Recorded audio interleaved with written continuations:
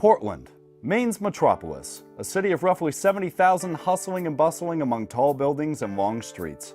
At first glance, one wouldn't see any room for Mother Nature, but this is wrong. The Portland Land Bank is a local commission dedicated to obtaining open parcels of land located throughout the city and preserving them for public use.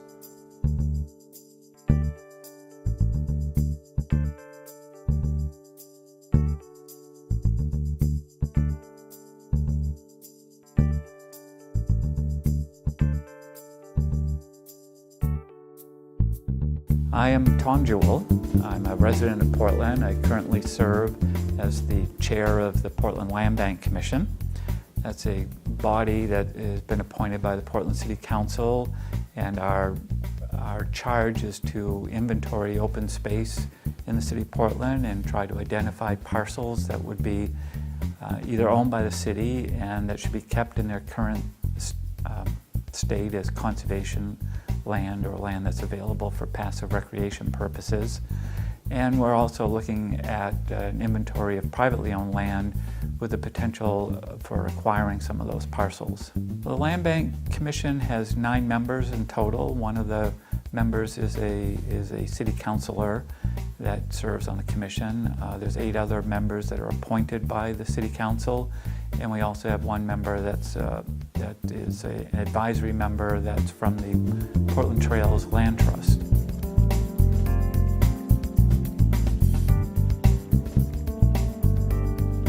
The Presumpscot River Preserve can be reached at the end of Overset Road, where there is a great trail network that joins with a property in Falmouth. The preserve is a great place to picnic, bike, and fish, with over 3,100 feet of river frontage.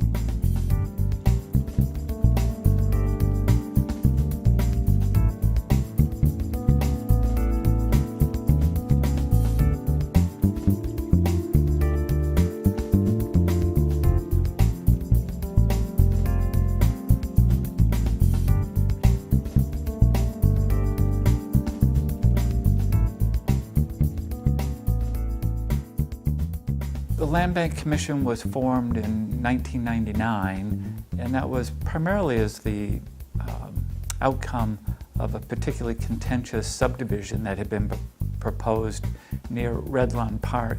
A developer in the late 90s took a piece of property that was was in a beautiful wooded setting and bought it and developed it, and the neighbors, the abutters, were shocked, and after it was a fait accompli, they went to their city councilor at the time, Tom Kane, and said, "This is not okay.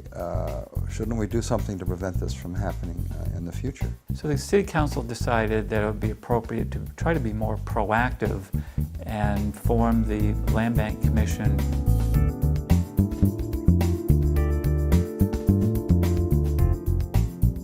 Situated off Hobart Street, these parcels provide public access to and afford spectacular views of the Fore River. The Hobart Street parcel rests on 5 acres of land with 500 feet of frontage. The property offers great scenery and contains remnants of the Cumberland-Oxford Canal. It also links with Portland Trails Fore River Trail on the other side of Hobart Street.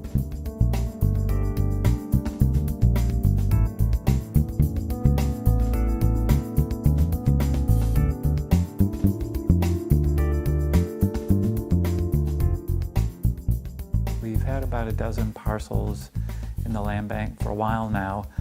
We are looking at a couple of new ones. There's a variety of criteria that would make a parcel of land suitable for acquisition or inclusion in the land bank inventory. Size is important. A sense of remoteness within the parcel is important. Water, linkage to other open spaces across the city is very important. Located along the Stroudwater River at the end of Blueberry Road, this 1-acre parcel provides direct access to the river and trail and is a great place to have picnics and observe the beaver habitats.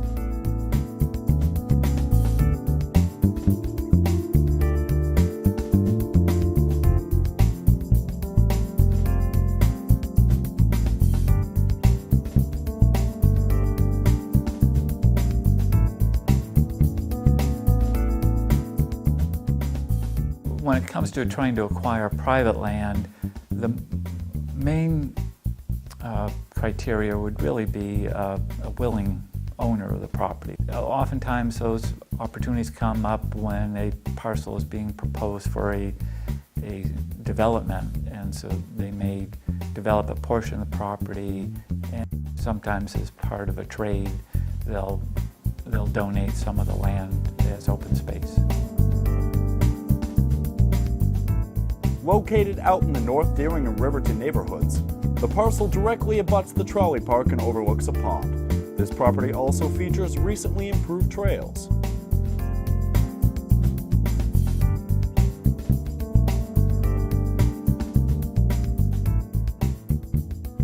Before we can, for instance, buy a parcel of land, we do need to get City Council approval of that proposal to spend taxpayers' funds to acquire land of that sort. So far, the City Council have been quite supportive of the initiatives that have been brought before it by the land bank. Located at the rear of the Evergreen Cemetery, this land bank holding is the largest open space in the city of Portland. The property features great trails, a pond, and is a great location for bird watching and dog walking. Over the years, the land bank has worked with many partners on the projects. It really vary from project to project quite a bit on who the interested members would be. Usually our primary partner is the local neighborhood association. We've often partnered with the Portland Trails Land Trust because many of their trails coincide with the properties that we're working on. The City Public Services Department has often been involved with our projects. Other partners have varied a lot, from Maine Island Trail Association to Maine Outdoor Adventure Club to the National Park Service.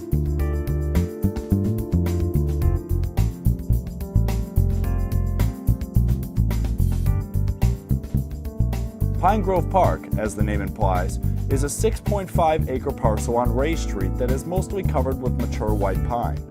Several paths wind through the park, bringing attention to interesting ledge outcrops.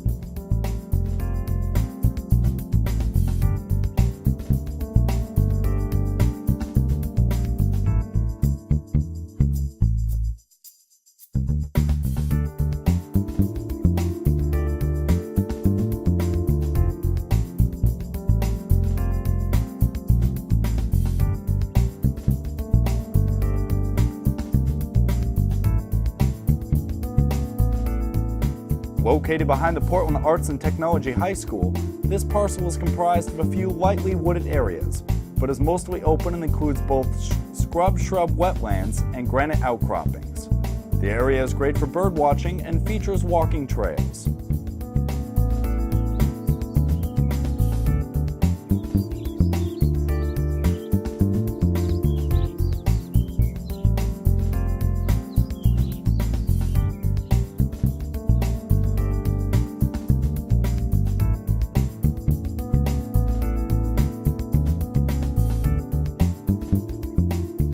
The Ocean Avenue open space, an old landfill, rises steeply to a prominent ridge known as Graves Hill.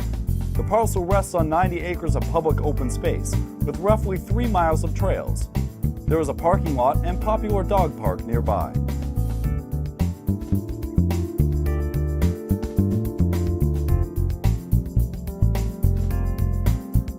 The Sheridan Street properties are some of the few areas of open space on the bay side of the Eastern Promenade.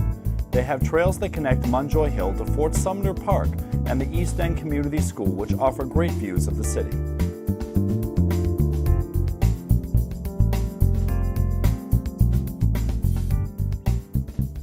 Land which is preserved, raises property values in the immediate area. It is useful for trails, for passive recreation, and it just provides for an increased heightened quality of life. We'll continue to look at opportunities to acquire open space in the city that are privately owned. Every once in a while a new one comes up that we hadn't thought about or heard about before, so there's always new things that are on the horizon. And we're still looking to to protect some of the properties we already own by acquiring some of the available adjoining land.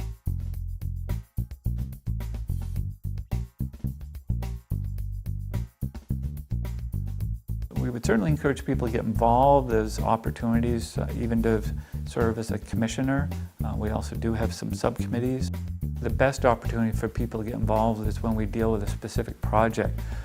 We have a monthly meeting, first Thursday of every month at City Hall, and those are always open to the public.